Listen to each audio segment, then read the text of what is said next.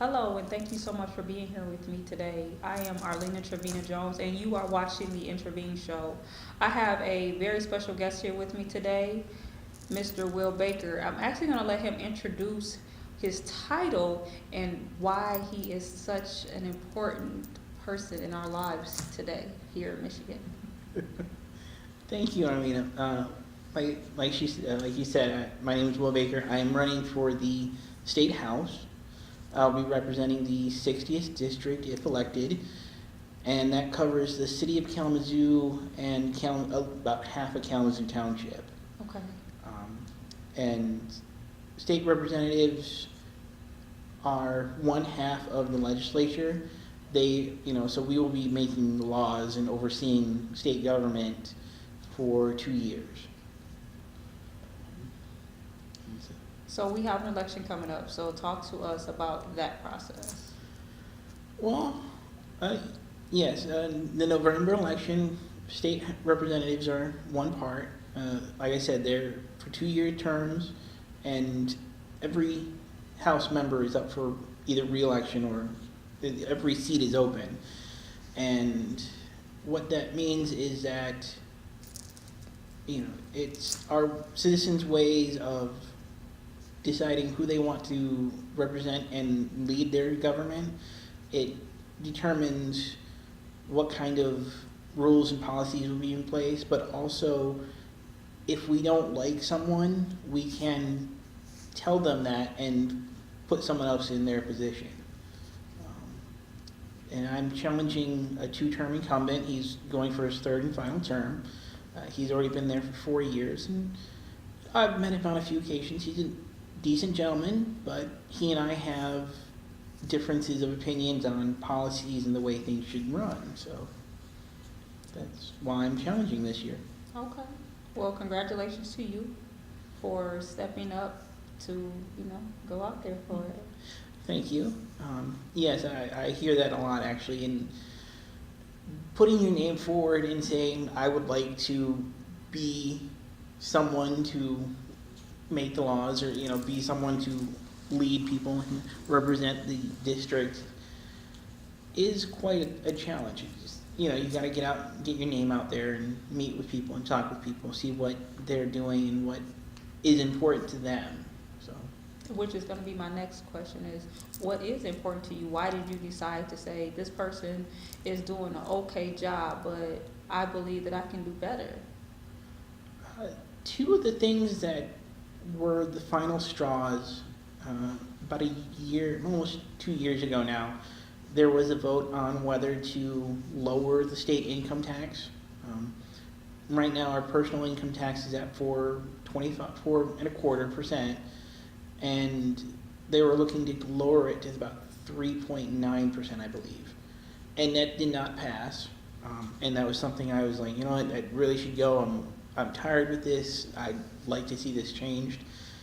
And about 2 to 3 weeks later, there was another vote on giving economic developers, large construction developers, a tax break and give them subsidies so they can collect money from the taxes their employees and the occupants of their buildings can occupy. And that was something that I was like, that's the final straw. I need to step up. So with that being said, is it okay to talk about what your views are and how you will make changes and why you feel that going about it a different route could be the better choice for us as citizens? Oh yeah, that's what I'm basing my campaign on, and that's why I'm here. Is there anything specific that you would like to know, or? You know what? I do not follow politics. I don't. Business-wise, they often say don't talk about religion or politics. Well, religion-wise, I'm quick to praise the Lord's name. Politically, I don't. I do not watch the news. I just probably should start watching C-SPAN just because I work in the financial industry, and I should probably know daily what's happening with the market, but it doesn't touch my line of work every day. I do my job. I know what my numbers are. I look at, forward thinking as far as inflation and as far as planning. And when I'm a very down to earth type of thought of person. Looking at politics, the only where I really look at it is kind of more on the more local area, as far as like Kalamazoo itself. I am not a huge component to, where I feel people are voting in the Kalamazoo area. I do not agree with a lot of I think, silliness. I feel the lack of leadership here. And I just feel like, okay, if the leader of this city had a more ethical, moral standpoint, we wouldn't have some of the crazy stuff going on. I think so many of us already agree on what's right. Right. Like, it doesn't take all day to notice what's right. So why are we going the wrong way? So you have to kind of inform me on kind of what's the key issues, because I feel like, to me personally, and it's not a lack of education, it's not a lack of knowledge, it's just a lack of, I don't like silliness. Right. Okay, so for a brief refresher, there's 3 main levels: the federal, the state, and the localities. Okay. Federal level makes laws that are applied universal across the nation. Okay. State, it only covers the state of Michigan, and locals, of course, city limits, county limits. The original way the country was set up was that the federal government would be very, very small, have a minor footprint on laws. More laws would be at the state levels, and so the various states would have slight variations, and each state could kind of see what's better and what works, and from there. And it'd be your local laws, your cities, your townships, counties, that would have the majority of say over everything. So for most people, that's why a lot of people do, okay, I know my city people, I know what's going on in the city. State, maybe some of the big stuff. Federal, we like him, we don't like him, we like this one, we don't like that one, but not so much on departments and everything like that. Things have changed over the last few hundred years, but state level is still important, because, anything, just because you're in Kalamazoo and maybe you head to Portage, or you head into the county, you head to Battle Creek or so forth, some laws still need to be the same. You want to know that 94 is going to be a decent road, whether you're traveling from Kalamazoo to Portage, or Kalamazoo to Paw Paw, or Kalamazoo to Detroit. You want to know that the bottle of water, or the bottle of whatever drink of choice on your road trip is going to be sufficient and safe, for whether you're buying it here in Kalamazoo or you're buying it up in Lansing. Right. There are, and then you get into other things, business laws, farming laws, regulations, and so forth, where just because a farmer is in Kalamazoo, they still want to have the same laws as a farmer in Mattawan, same, near Richland, or where have you. And for a moment, let me say I love my farmers. Too often I think that as we eat, every one of us at some point in time need our farmers. Oh, yes. And so for this moment, I just would like to tell the farmers thank you to all the farmers. I mean, and I'm on the road a lot, so I see a lot of farms. Mm-hmm. And so I don't know what they do and how they do it, and bless their heart, because they know the soil, the temperature, the gauges of when to pick and pull. Thank you to the farmers. So you can continue, but I just want to make sure I give a shout out to my farmers, because they have a hard job, and they probably are our heroes that are not acknowledged enough. Right. Kids don't grow up and say, I want to be a farmer when I grow up.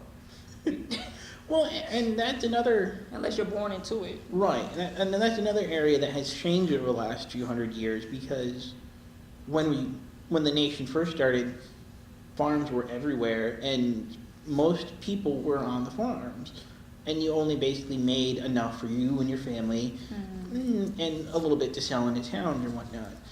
But now it's only single digit, 10% or so that are American farmers, and yet we can go Myers, Walmart, Target, loaf of bread, dozen eggs, and Beautiful milk industry. any day of the week. Beautiful industry. Oh, yeah. And so farmers, whether they're big farm, small farm, family farm, all across, anywhere you go, you can get bread, milk, eggs, meats, anything you want. And it frees up, the advancements over the last few hundred years have freed up people and time and effort to go into other pursuits. So 100%. I think that we forget that that is our core human. That's who we are as humans. We're core is farming. Like you grow something, you eat it, or you hunt it and you eat it. Like that's all day. Like other than that, there's not a whole lot of work that would have not been created if not for us not being on the farm all the time. Human nature. Yeah. Hunter gatherers and then agricultural, and that's. Yeah. It's 80-90% of human history. Period. Anywhere, Yeah. Doesn't matter what country, what. Yep. That's what it was. And only in the last few hundred years have we been, okay, we need to have more doctors, lawyers, engineers, architects and so forth. And then that's when you start seeing, and I think now that's where we have this list of laws up to here of books, because we're not just doing these things anymore. Oh, yeah. Now we have this right and that right, and someone wants this and someone else wants that, and it has nothing to do with our core basic human, ability, or our core basic human need. And the primary things of government is, private property rights, contract rights, stable monetary system. From there, you can, as individuals deal, you and I making an economic contract, whether it's I'm painting your house, or you're, providing me life insurance, as a part of a company, or, what have you. And it's, I agree to do this, you agree to do that, we come to agreement in the middle, and everyone's happy. Now, there are those in society that will like to cut corners and change the rules in the middle of the game, and that's why you say, okay, this is a contract and you didn't live up to your end of it, we need to take you to court or what have you and go from there. But and the way things have changed, technology and all, now it's not just farming and manufacturing, but hospitality and service industries, having fun, entertainment. Now we're on applications and the platform economy, and an Uber driver can make more than a teacher these years. If you're if you in the large cities, there's I don't know if they. I don't know specifically here in Kalamazoo, but and as you say that, I was thinking. I think that Kalamazoo often tries to emulate what big cities do, like a New York. And I think that we have to sometimes remember we're just Kalamazoo. Like, one of my pet peeves is people who ride their bikes in the street. Like, I remember growing up where my mom would say, ride your bike on the sidewalk. And I remember going through driver's ed and learning how to drive a car to focus on other vehicles, other cars, motorcycles, trucks, not bicycles. Right. And I just see sometimes as I'm driving all of this beautiful sidewalk, and I have somebody who's like on my shoulder riding their two-wheel bike, and I have to almost like go into another lane to get around them. And I'm always thinking, please, can you just get on the sidewalk? And I know someone thought of a rule and they got a great argument to why they feel like they should be in the streets riding with traffic. So I just wonder, where is the common sense, the prudent man? I don't know if prudency and thought is going into a lot of things other than someone just personally wants it, but is it a really good idea? Does it really make sense to do some of the things that we're looking at versus just because you want to, so everybody should just have what they want? Well, like the big factories. Yeah. You said, you want the big building just because you want it, but is that really the right thing for the other people who are not a part of that? No. Yeah, and there are multiple questions there. So yes, it is. So there you go. When we're talking factories and we're talking companies, as long as that's their own money, True. they can be foolish. They can, if they want to build a ginormous factory, Even then then, if that's a waste of money, they're going to be punished because they're not going to be effective use of, yes, but once they're they gonna be build losing that money. building and they've done all of the destruction to the natural order of the Mhm. landscape, you can't just take it away and put everything back. You can't put the trees back. You can't put the habitats back. You can't put the streams and all of the damage that, it takes to create these massive Right. things versus we have so many needed to be utilized space that is abandoned and could, Hmm. they say cost-wise to bring it back to Bring- code, but yeah. you're spending the money anyways. And that is something that should be looked at and should be, and these are things that should be done on an individual basis by the companies. And some people will only look at the bottom line. Yes, that's true. Some will say, And I have a problem with that. right, some will say, we can look at the bottom line, but we can also look at environmental stuff, we can look at societal stuff, we can look at the historical aspects of the building and make it look better, or Mhm. bringing it back up.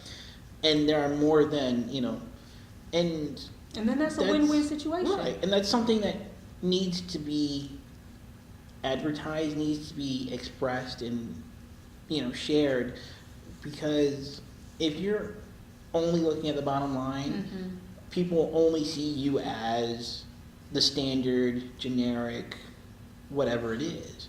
If you're having a business and you're looking at beyond the bottom line, you're socially motivated, people will see that and will tend to these days generate towards that. And whether it's a veteran-based company, whether it's a women-led company, whether it's looking at an environmental neutral aspect or things like that. And we're seeing companies these days kind of shift away from the bottom line is the end all be all, and they're making that transition. It shouldn't be something where the government steps in and says, you need to do this because we say so, but the market, by you and me and everyone else saying we want more companies like this. We want companies that have more green energy, more solar, more wind, more, what have you. Or we want companies that hire veterans. We want women CEOs and women in the boardrooms. We want this, that, whatever. And there are ways, companies will make that transition. Now, that's not everyone. There's still going to be those that they will stick to the bottom line no matter what, and they are where they are. In the end, it's usually just a matter of the product or the service, and then what else is important to people.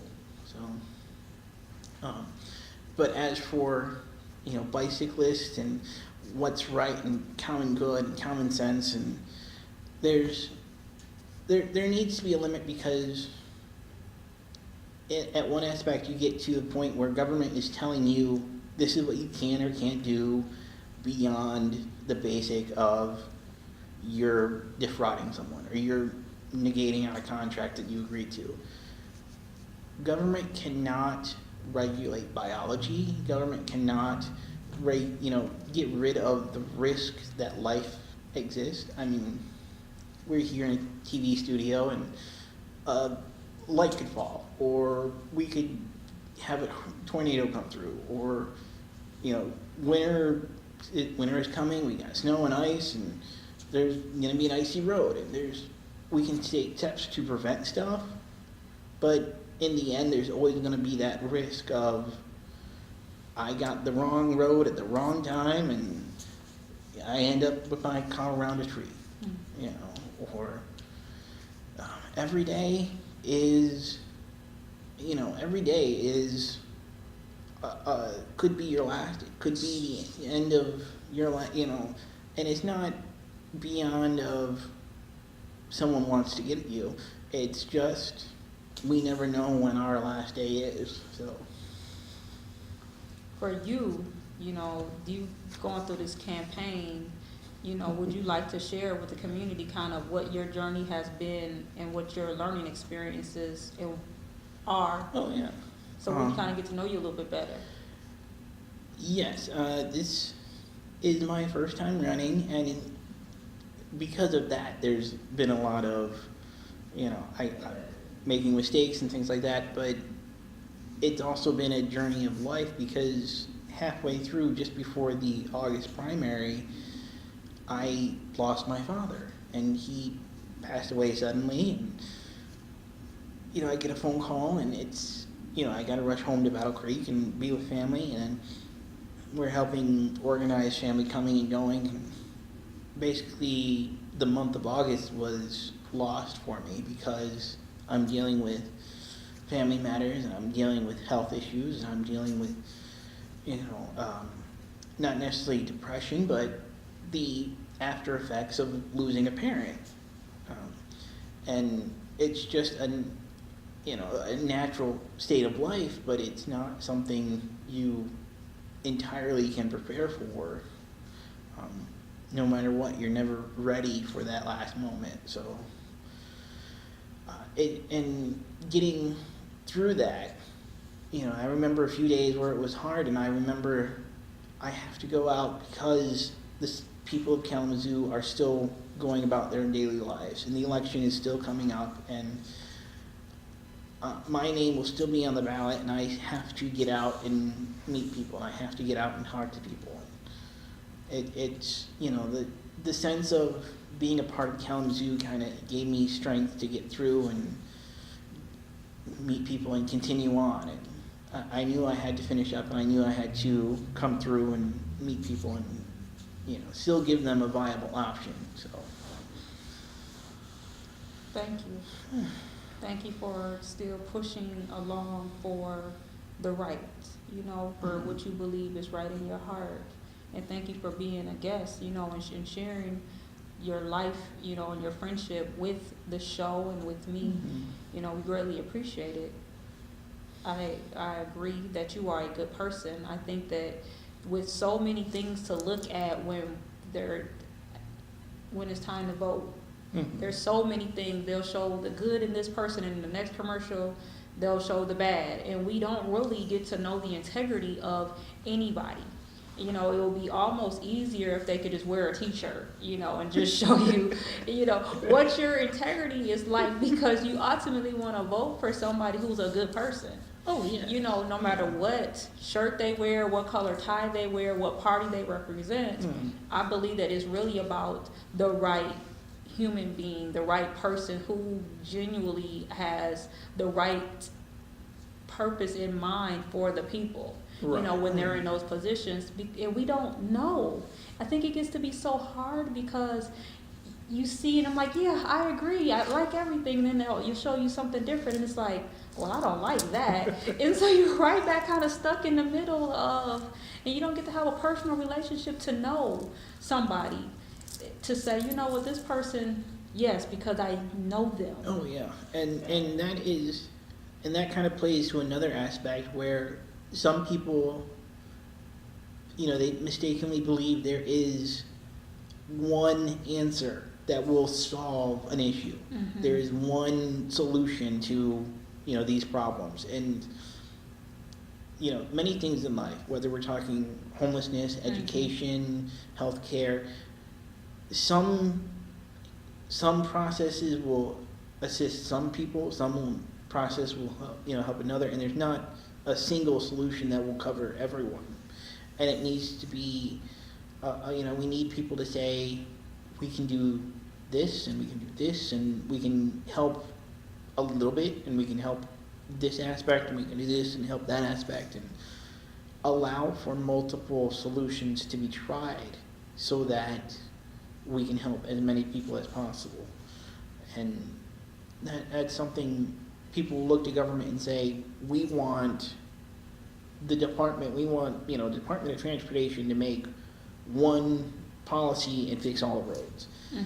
Yes, Not and gonna don't wait happen. until October. Oh, right, yeah. Like don't wait until, like, I know for our road committees it's hard because there's only so many good months. Mhm. But it would be nice if they kind of did it at the beginning so we can have the roads for like the rest of the year and then fix it properly.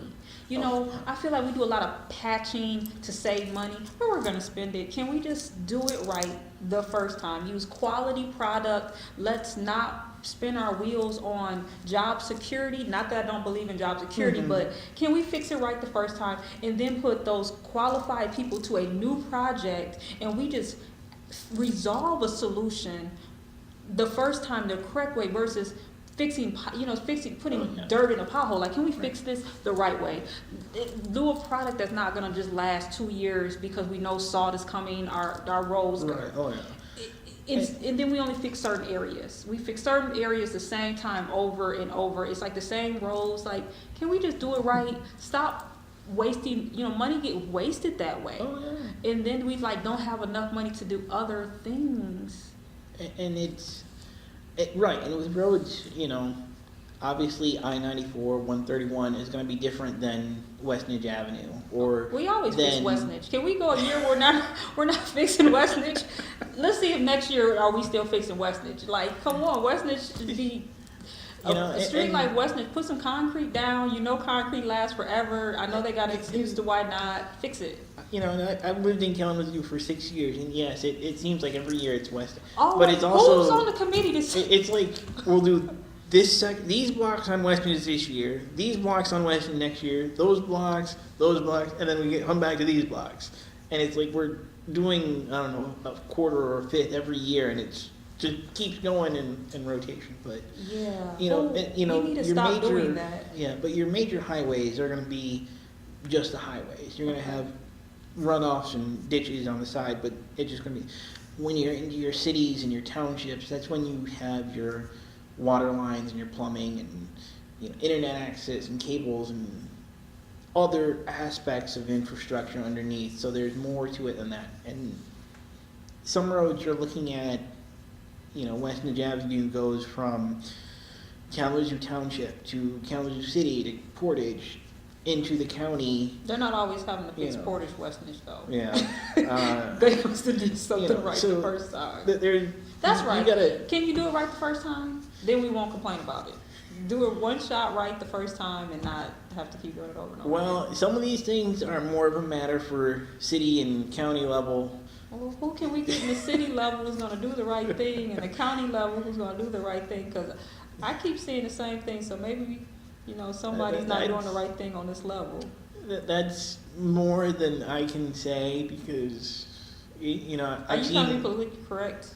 You don't I've seen some city members for a few years, and you got some good ones, but I'm not gonna pick winners and losers. I at can't other because I'm levels. not running for anybody.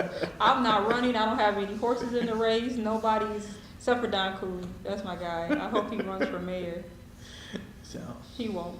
He hasn't agreed to it yet. I keep getting him. So many of us want him to run. He's such a, not to take away from you, but you have yours. You guys can work together. We can get some things done. Good common sense. right, yeah. Family, schools. Our schools, our promise is a great thing. I love the promise, but we have to get our children educated to be qualified for scholarships. We gotta make sure they graduate first. You Yeah. gotta, Yeah, and scholarship qualified. oh yeah. They should be qualified to not only graduate, but qualify for scholarships from academics, talents, abilities, and be able to be competitive against anybody. Oh yeah, and I would really like to see more parent involvement. Have more parents directing the lead, the way of education for their students, and that aspect. See more different varieties of how to be educated. Yeah, So I agree, because there's so many different learning styles, but there's so many parents involved. When I go to the basketball games, ton of parent involvement. Football games, ton of parent involvement. Soccer games, softball games, you name it, hockey. There are tons of parent involvement, and I think overall, most parents ultimately want the best for their child. yeah. So I think that we truly agree. And then when we all sit down, we all want the same thing across the board for our children. So I don't see why it's so hard to make the adjustments without all the red tape that you can't do this and you can't do that, and kind of tying the hands of the people who really want to make changes. It shouldn't be that difficult and that hard for our principals and our school boards to be able to do things. Right, and that's one of those rare things where there is the state level of Department of Education, and they make rules over the entire state. But for education, it really should be a local matter. It should be you as a parent and what school district you want. Okay, You so want as a parent what schools and how do you want that to be done? I'll give you an example. We have a brand new juvenile home on the east side of Kalamazoo. Mm-hmm. Who voted that we have a juvenile home versus voting to have a middle school on the east side? We should have a middle school, a functioning recreational center, 2-3 recreational centers before we decided to build a new juvenile, because that is showing that our children are being pushed towards the juvenile versus education. So why is that even a vote? Like, who thought that it should even be a conversation versus should we vote to put a new school over here? We should say yes, agree, put a school on the east side. Right, yeah. Where's the morale? You know, there's that I'm not familiar with the process and how all of that came to be, but Well, they try to vote for a new juvenile home. Say no, add another school or 2 or 3 Oh, yeah. before we spend money on juvenile facilities. you know, Not juvenile up all of our children. Let's put them in schools. right, you know, and put them in schools, give them recess, let them time to run around and burn off the energy, and you know, you know, at some point, yes, boys will be boys and girls will be girls, and children have energy that we lose as adults, so they need time to run around and burn that off. So we have to at least acknowledge that children have more energy than adults do, you know. And support our teachers financially. We shouldn't even be questioning, you know, a budget or what our teachers are asking for. It should easily be given to our teachers, especially those good teachers who are doing, you know, above and beyond and loving their students, and not just teaching textbook, Right. but teaching life skills and things that our students are going to hold on and use as adults to become our next future adults. Oh yes, and you know, again, it needs And to that be a seems like local- common sense to me, but yet it hasn't You been know, taken care of yet. You know, and that needs to be a local thing, because Lansing may not always know which teacher is the best one, which teachers are lazy, which teachers are You know how they find teaching out? students. Ask the students, who's my favorite teacher? Honest to goodness, my daughter came home, she's out here today, hey babe, and she's like, Mom, my English teacher is wonderful. Mm. Okay, you know what? You make learning interesting to her. You make her like English. That's important versus, oh, I can't stand my English teacher. Don't get me wrong, there's going to be some teachers you don't like, but to be able to allow a student to be taught by a teacher that they like, let's encourage that. And if these, you know, and if this school has 4 great English teachers, great. But learning styles, if one child learns better with this teacher, we should be able to easily make those adjustments to do what's best for the student, more than have all these restrictions of we have to do this just because. Oh yes. Or there's Yeah. there's chairs and numbers of seats available and all of this stuff that get in the way of the basics. Mm-hmm. And you know, the greatest thing a teacher can pass on is the inspiration and the desire to learn on, you know, from the student to continue on their own. And you know, we you know, I'm not a teacher myself. I tried at one point, and I'm like, I'm not dealing with teenagers every day for the 4 years, but there are really great teachers out there, and there are those that go and they get in and they get through the day, and that's it, you know. But what got them to that point? But what, I'm you sure know- when they grew up and said they want to be a teacher and went through college, that wasn't their feeling. No, I think that, you know, they probably have got burned out along the way from all the no's and all the door shuts in their faces and all of the reasons why they can't do things to the best of their abilities. That they Right, just and, kind you of know, felt like, well, I'm powerless, so You know, so be it. And that, you know, again, you know, we need to have that discussion of what can be done, or what can be done better, or what is being what roadblocks are in the way of a good teacher being a great teacher, or a lazy teacher being a good teacher. What is it a matter of a teacher just like a certain teacher just likes to go straight from the book? Is it a matter of this teacher just wants to teach to the tests coming up, or this teacher just wants students to be engaged in being leading the course, and we're going to read a classic, but here's the list of classics. What are we going to cover? What does the class want to do? Or but there are discussions we need to have, and we need to allow schools to be independent and allow them to innovate and decide. This is what's good for this part of Kalamazoo, and this is what's good for Richland, and this is what's good. We're going to try this, and we're going to try to get teachers to do this, and we're going to this school wants to start later. This school wants to have shorter days but a longer school year.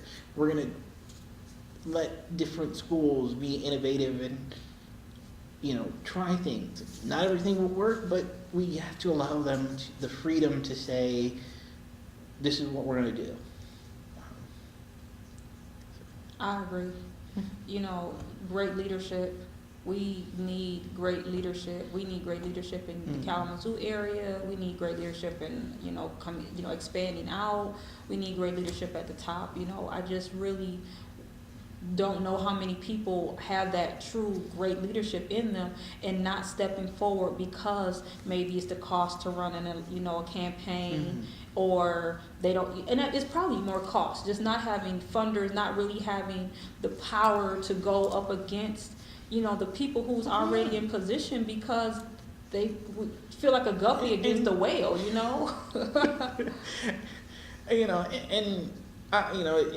Financial reports are public knowledge at this point, but I know I've raised not more than $3,000 this campaign. Okay.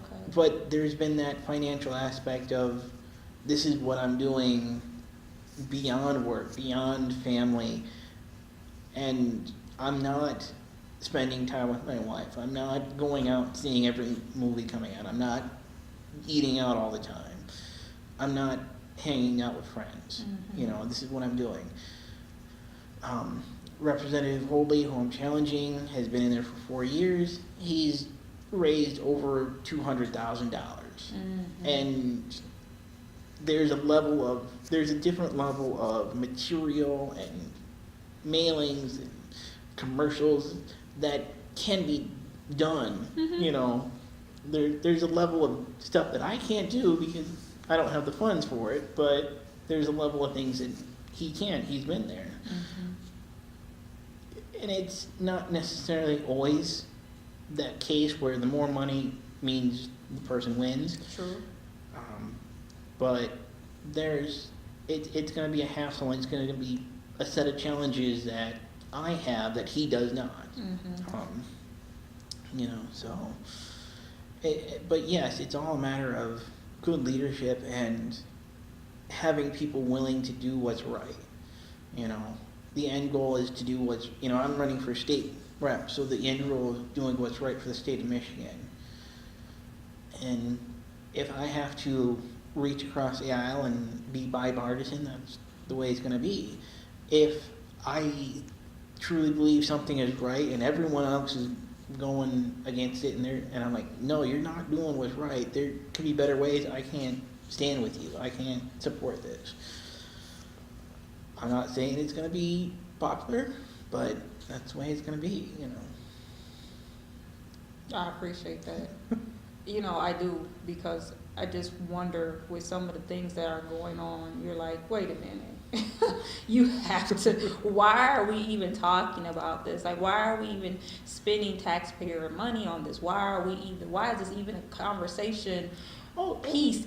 But it's wasting time and energy.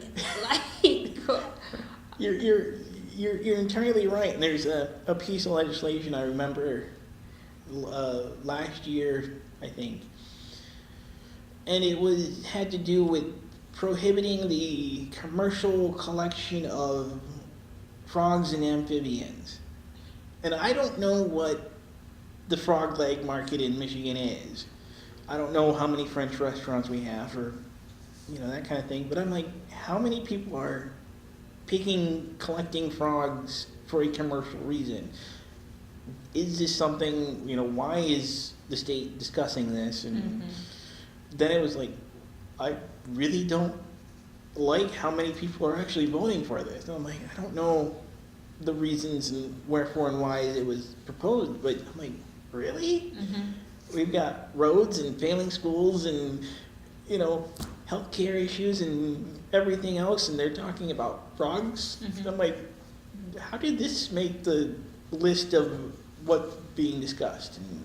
And it exhausts you with all of this frivolous stuff that you really lose focus on the bigger issues, and it makes you not realize what are you even voting for and who are you even voting with, or voting against. How can we even protect ourselves when it's funny wording and funny, trickeries where people have their goals set, and no matter if you vote yay or no, they're still going to do. And I'm like, how do we protect, how can we be protected from that type of stuff where you're going to get it no matter which way we vote? Right.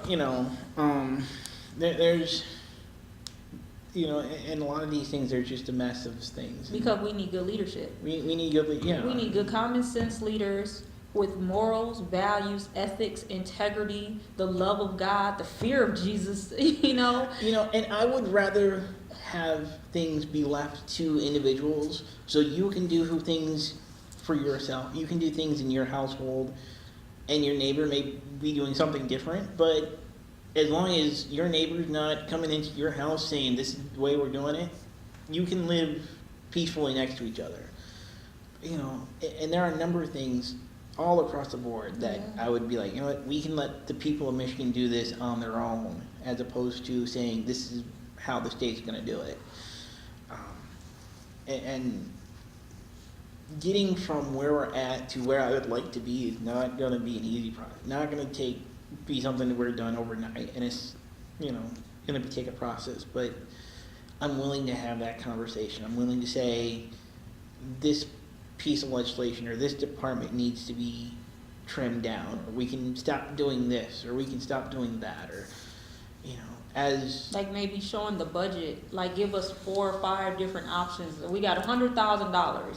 Do we spend it this way, or this way? Like maybe we can be more methodical about how do the majority feel that we should spend this $100,000 in this capacity to solve these 5 ways. We split the pie this way, or we'll do it this way. Which way do we feel collectively will get the when we come out and vote on? And I know that's just not the way our system is, but I think that it would just make more sense that way to kind of see, because what it all boils down to is economics. Everything we're talking about is money. The kids are money, the elderly, the senior citizens, the disabled, everybody's a dollar sign. So how are we spending our dollar signs, and how, because we're not even looking at humans anymore. We're just looking at everybody as a commodity in some fashion or form. Because the current budget just started at the beginning of the month, roughly $58 billion for the state of Michigan. 40% of that, roughly $23 billion comes from federal departments and federal funding. On top of that, Michigan has roughly $80 billion of debt, bonds, and future obligations that, the state says we're going to do this, we're going to pay for it, and then we put it on a credit card and we're going to pay off over 30 years, 40 years, or whatever. In good times, that's an acceptable way of doing it, but we're not always going to have good times. True. And federal government is coming in for some hardships, Social Security, Medicare, 10, 15, 20 years. They're going to have to do major overhauls on those programs. If we're lucky, they'll start now. If they continue the way they have been, it's going to be, we either do this now or it's ending tomorrow, which is probably how it's going to be, given the leadership we have at that level. But we can't, as a state, we can't wait for the federal government to get their act in order. We have to start taking action. So it might be worthwhile to have a discussion of not so much what's the best way to spend $100,000, but what's the most acceptable way of cutting $100,000. Okay. You know, we need 100,000. You know, we need 500,000 more for education. Mm-hmm. How do we want to get that? Do we want to cut arts? Do we want to cut, this program? Do we want to cut, housing for transient workers? How do how do we want to, what can we cut here, or how can we cut there? And there are, Back to showing the budget. it's all in the budget. So. Yeah, and I think that we do not see the numbers as people, the budgets, until the decisions are already made. Like, maybe we should have more insight on kind of what the budgets are, because they go through these campaigns and we see so many, there become so many distractions. Mm-hmm. And ultimately, it's how are we handling our budget? How are we handling our funding? And, there's always a situation with taxes. Mm-hmm. There's always a question of what's the right way to handle taxes. That's going to probably always be a question. But then I say to people when it comes to taxes, will they ever stop? No. If you have $5 more on your paycheck or $5 less, does it really make or break you for most part? Mm-hmm. Because you're going to have to pay it anyways. So, I think that arguing about taxes doesn't change anything. Some people feel it a little bit more, but I think that's because you have more. And I'm not saying that we penalize people for having more, but in the same breath, when it comes to the taxes, it's not going to stop because you don't take off less. You don't have less. You know what I'm saying? It's not going to stop you from paying taxes, unless you just completely are doing something underhanded, We have huge budgets for, huge payouts for our executives and our CEOs. Not saying that they don't deserve every dollar that they earn. And not saying that they should take any less. But we also have to think about the common person who cannot ever even strive to make those type of figures. How are they supposed to live? Right. And the main question, main conversation I always like to have on taxes is, do we want it to be a system where, say every $20 you make, you pay $1 to the state? Okay. Or a system where, okay, you get $20 and you pay $1, and then you get $40 and you pay another $1. You get $60 and you pay another $1. And, or, where, okay, you make, where you have, the first $20 you get this much. The next, when you get up to the next, at this level, and then you're at that level, and, so the more you make, what kind of, you want a simple level where it's, no matter how much you make, you pay the single percent, or you have to figure out a process where, okay, what kind of formula, how much you make, what the formula says, this amount is taxed at this amount, that much is now taxed at the other amount, so you make this much, and then you make that much, and then you make another $1, so you're at that amount for that $1. If we had a very simple, you pay a straight 3%, 4%. Mm-hmm. It doesn't matter if you make $100 or you make, $20,000. Mm-hmm. You pay 4%. Mm-hmm. That would make things easier. That would save time when it comes to doing taxes. Mm-hmm. Because you just take a simple, this is how much I made, mm-hmm. this is how much taxes were taken out. Mm-hmm. As opposed to spending time figuring out the formulas and forms and that. But yes, in the end, we still have the budget. We still have, we need to collect money from one way or another. And, the budget ain't publicly available, but you only see it after it's finalized. Mm-hmm. And current budget, 300 something pages, mm-hmm. and it's very, line by line, says Department of Treasury, mm-hmm. Department of Education, Department of Health and Human Services. Mm-hmm. And if it's not the Bible, it's not Harry Potter, it's not Twilight, it's not a page turner. Mm-hmm. Mm-hmm. If it's something you read, if you can't fall asleep, kind of, so it's very dry, and no one, it's almost like they make it to that dry. They need to put on a pie chart. Everybody can read a pie chart. If it was all on a pie chart, then we can see it in pretty colors, and we can kind of decide, you can move things around on like a wheel. You can kind of shift and open the wheel to adjust it a little bit. We'll make the world a better place that way. Well, Now you're there now. Put it on a pie chart. Well, now that we have technology and computers, we can just say, put it on graphs and grids. Put it, yeah, and say this is what we're thinking, and yeah. how do people want it, and you can more money over in health and human services, more money in education. Okay, this is you make adjustments and add to the pie, subtract to the pie. Yeah. And be like, oh well, this is what we know, and then this is how much we need to collect, and more or less, or But I think that we just solved the problems. I think we just got the answers right there. So this is why I support you, because I believe in you. Mm-hmm. You have a very great viewpoint. Your mind is open to really helping us, and I believe that.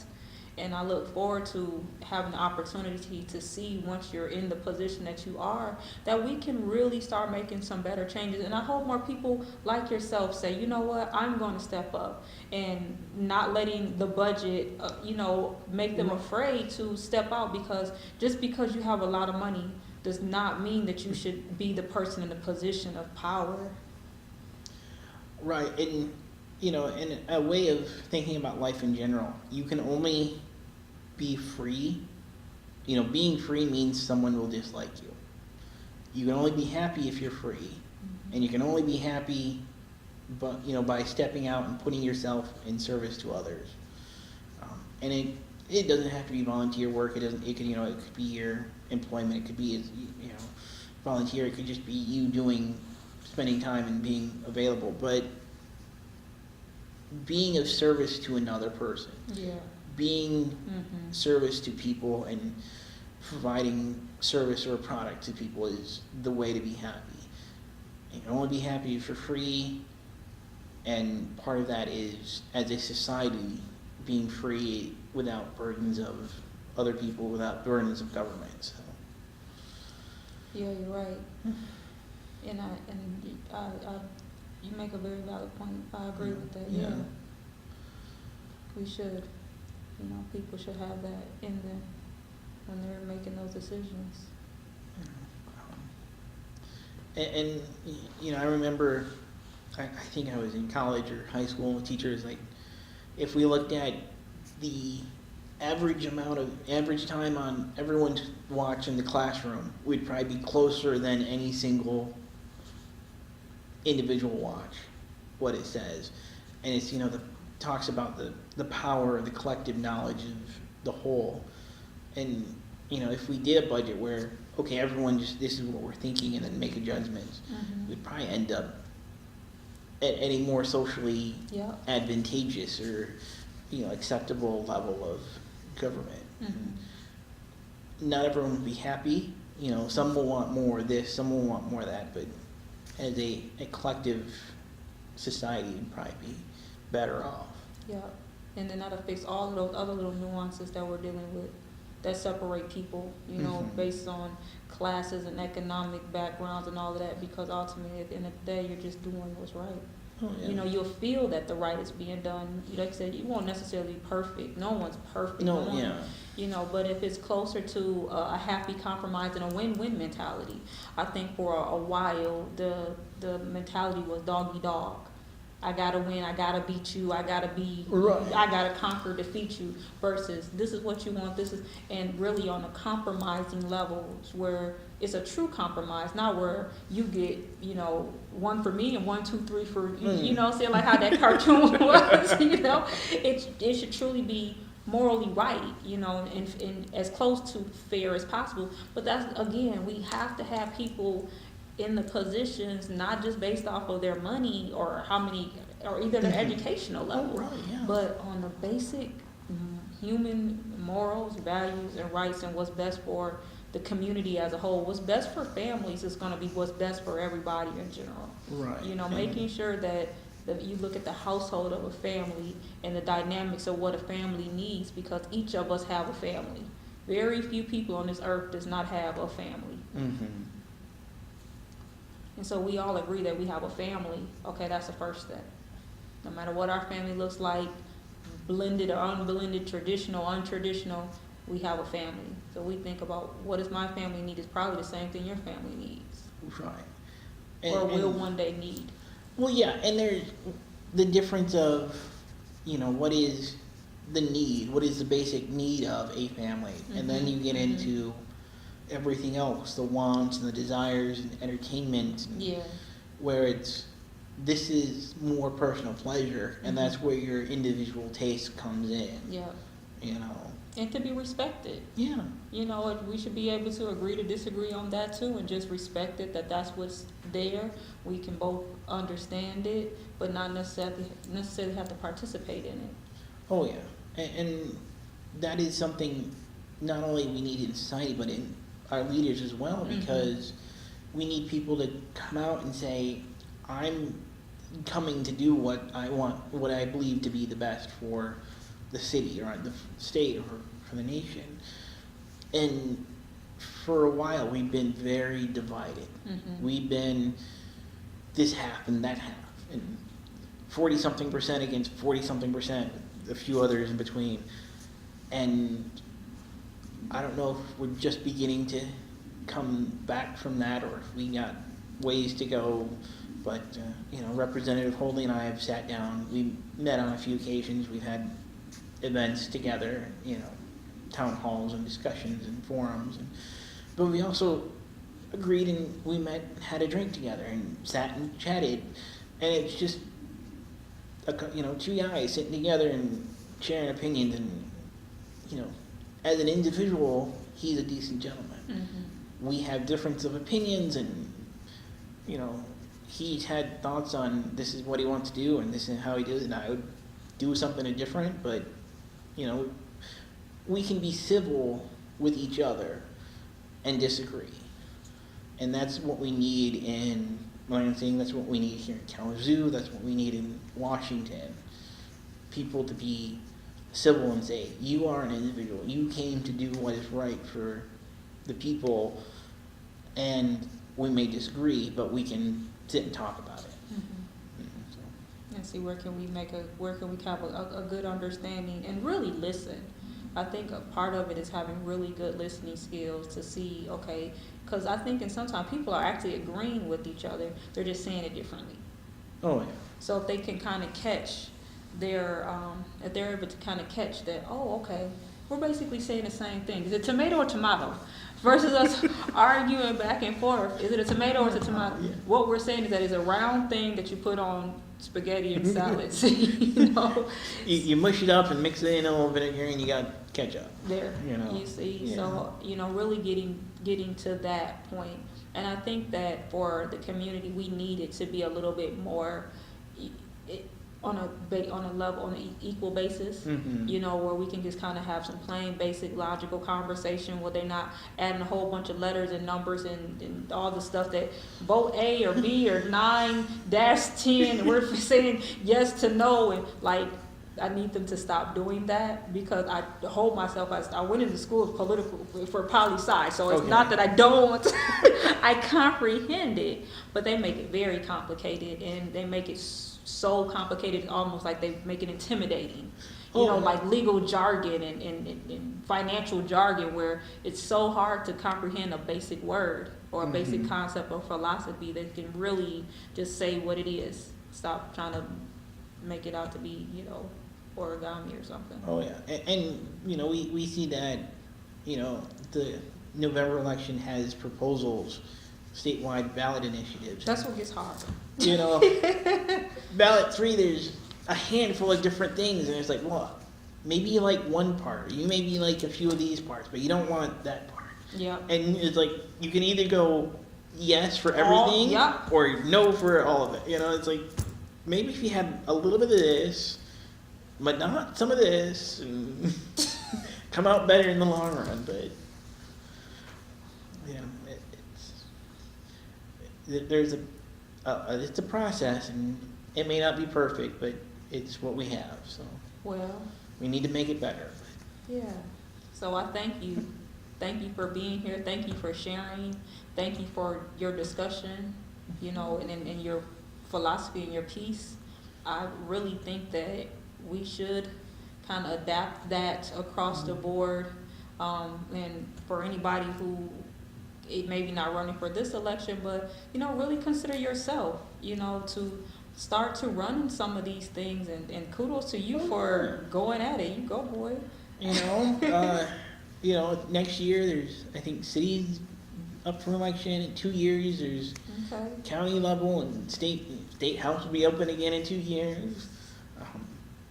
The state senate is a 4-year term, so there's every other stretch, but there's seats open every year, every other year, and then beyond that there's boards and advisory positions and other things. So if anyone that is interested can reach out to the city, can reach out to the county clerks, can reach out to a party of choice and say, I'm interested and I want to help out.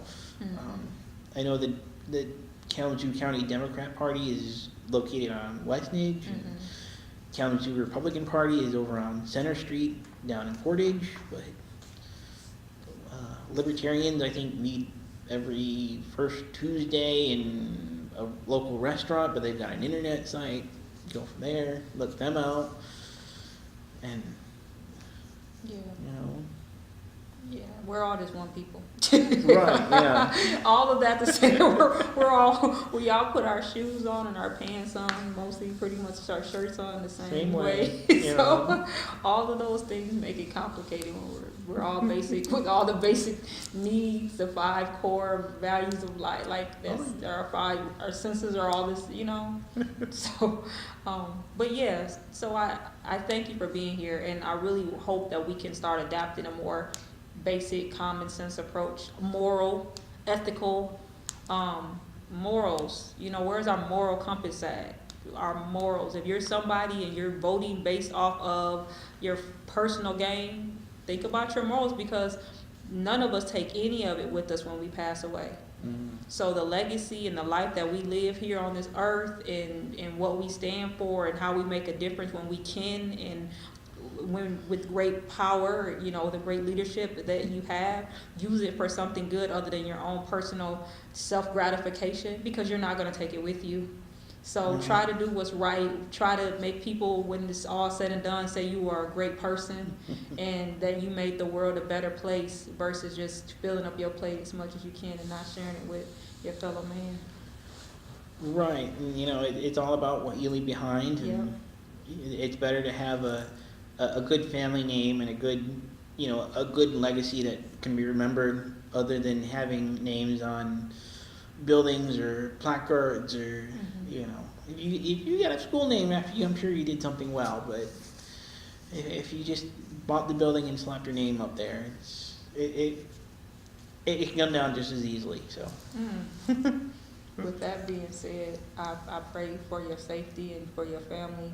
You know, as you are continuing to go through this, hug your beautiful wife and your mother and your family, and stay strong, as this has been hard. You know, it's not easy. So I pray for you that, because everybody will one day have to deal with losing someone that we love, and we don't look forward to that at all. So I'd like to know that. And thank you for having me. Thank you for your well wishes, and you know, it's been a rough couple months, but you know, it's a process. Part of it is what I signed up for. Part of it is just life as it comes, and you know, some of it will be over on November 6th, and some of it keeps going. So, thank you for having me. Thank you, and thank you everyone for taking the time to watch the Intervene Show, and to producers and the Public Media Network, and to you all for watching. I pray that God is answering your prayers in your life, and that He watches over our city and protects us from all the things that are not for our betterness and our wellness. And to everyone, I will look forward to seeing you soon. God bless, and thank you for watching the Intervene Show.